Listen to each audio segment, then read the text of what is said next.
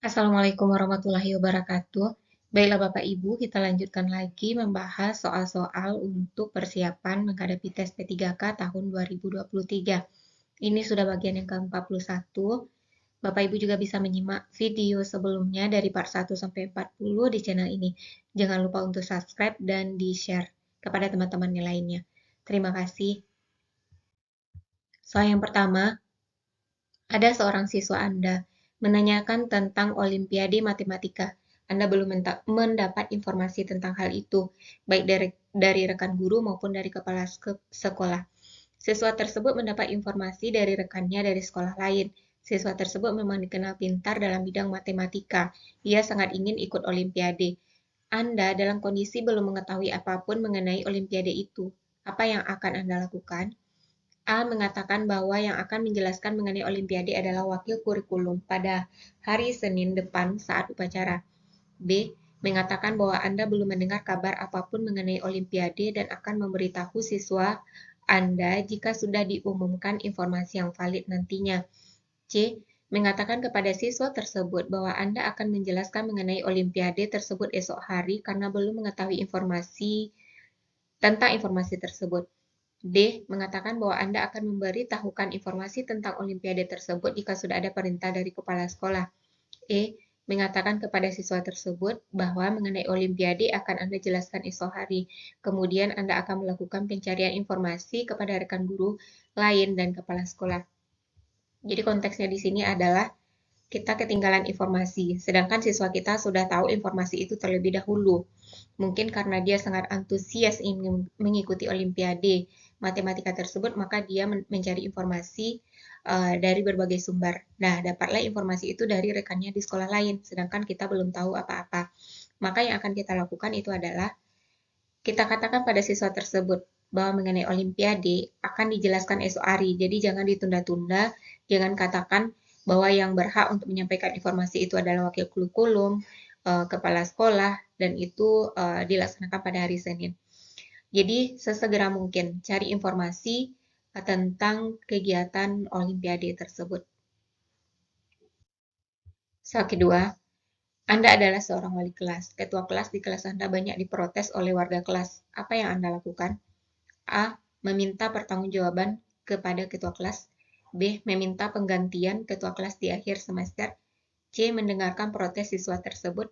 D. Memberi sanksi kepada siswa yang protes. E. Membahas masalah protes yang ditujukan kepada ketua kelas tersebut. Jadi jika ada masalah seperti ini, kita sebagai seorang wali kelas, yaitu yang paling dituakan di kelas, yang paling bertanggung jawab di kelas tersebut.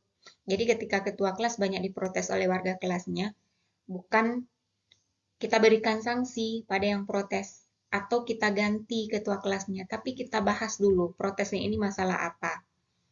Kenapa ketua kelas ini bisa diprotes? Kemudian bisa tidak dicarikan solusinya tentang masalah yang diprotes tersebut.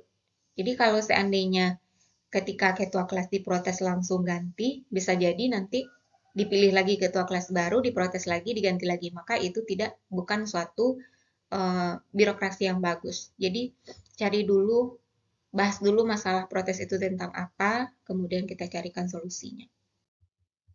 Soal ketiga, Anda ditugaskan kepala sekolah untuk menyampaikan cara pelaksanaan CBT, Computer Based Test, di sekolah Anda kepada rekan kerja Anda yang berjumlah puluhan orang.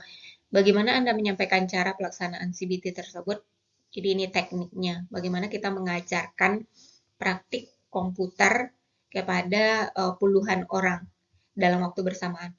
A. Memberikan selebaran yang berisi langkah-langkah pelaksanaan komputer based test dan menugaskan rekan kerja berlatih dengan komputer masing-masing.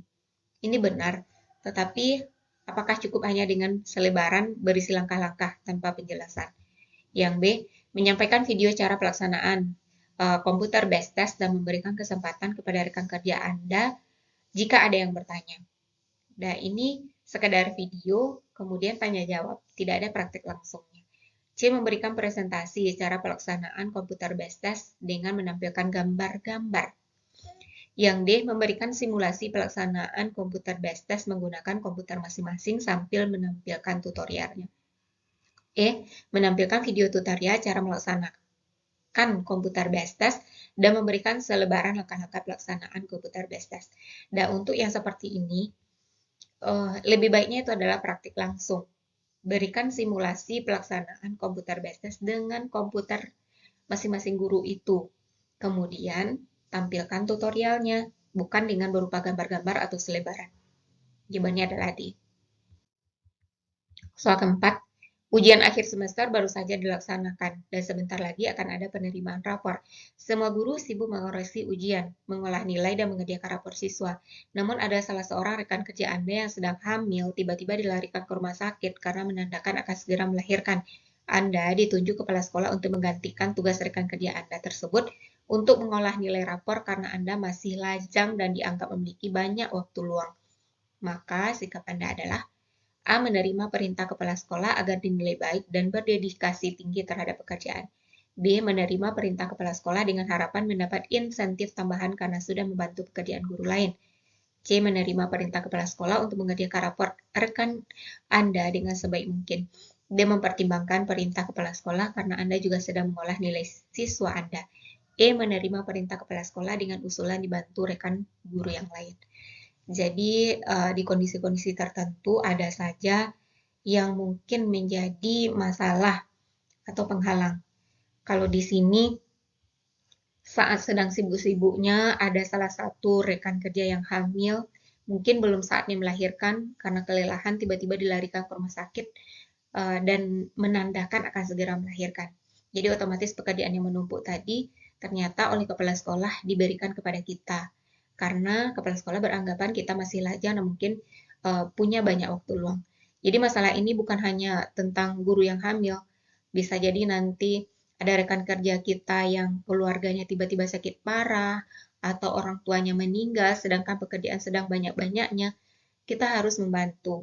Dan membantunya itu tanpa pamrih, bukan mengharapkan dinilai baik atau berdedikasi tinggi, bukan juga karena mengharapkan insentif tambahan, tetapi menerima perintah kepala sekolah itu untuk mengerjakan rapor dengan sebaik mungkin. Jadi cukup kerja sebaik mungkin, tanpa mengharapkan apapun.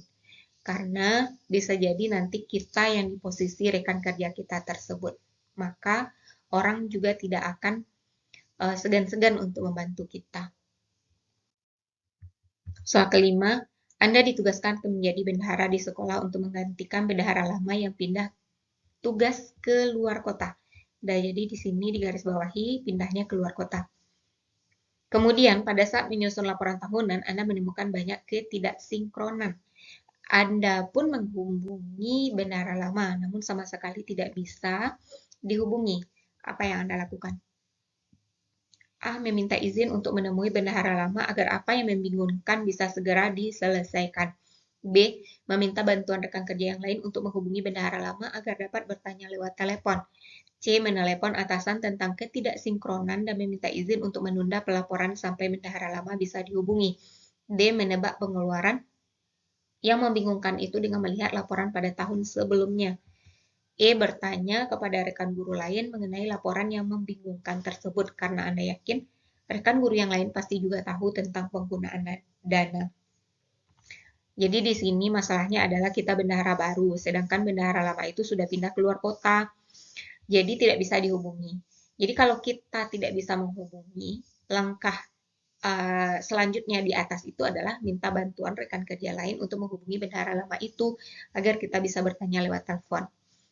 Kalau yang A meminta izin untuk menemui bendahara lama itu secara langsung, jadi konteksnya tadi itu adalah dia pindahnya jauh ke luar kota, mungkin akan memakan waktu dan ini tidak efektif atau efisien. Jadi cukup dengan B, minta rekan kerja yang lain, yang mungkin teman lamanya, untuk menghubungi. Nanti kita bertanya lewat telepon. Demikian saja Bapak Ibu pembahasan soal pada video kali ini. Semoga bermanfaat dan semoga Bapak Ibu lulus P3K tahun ini. Amin, amin ya robbal alamin. Demikian saja. Assalamualaikum warahmatullahi wabarakatuh.